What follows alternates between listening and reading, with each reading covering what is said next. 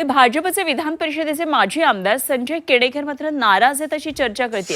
भाजपकडून विधानसभेची उमेदवारी न मिळाल्यामुळे केणेकर नाराज आहेत असं बोलले जाते। तर केणेकरांचा व्हॉट्सअप स्टेटस या चर्चांना कारणीभूत ठरले। भाजपनं विधान परिषदेच्या उमेदवारांची यादी जाहीर केली, यामध्ये केणेकरांचं नाव नाहीये आणि व्हॉट्सअप स्टेटसवर त्यांनी ठेवले, यावर नाराजीच्या चर्चा रंगू लागल्यात। केणेकरांच्या नाराजीवर भाजपचे माध्यम प्रमुख नवनाथ बन यांनी प्रतिक्रिया दिली। ती भावनिक पोस्ट खरं तर मी नाराज आहे म्हणून नाही आहे, ती माझ्या कार्यकर्त्याची प्रेरणा वाढावी, त्यांचं आत्मबल कमी होऊ नये म्हणून ती पोस्ट आहे।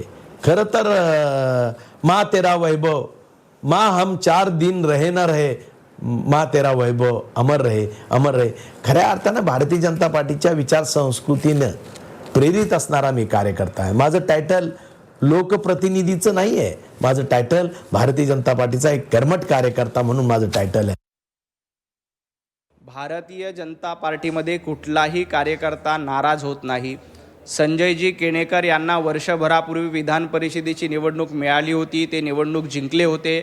भारतीय जनता पार्टी कार्यकर्त्यांचा पक्ष आहे। एका वेळेला एका उमेदवाराला संधी मिळते, दुसऱ्या वेळेला दुसऱ्याला संधी मिळते, आलटून पालटून संधी देणारा हा पक्ष आहे। संजय केणेकरांची काही नाराजी असेल तर निश्चितपणे ती नाराजी दूर करण्याचा प्रयत्न भारतीय जनता पार्टी नेतृत्वाकडून केला जाईल।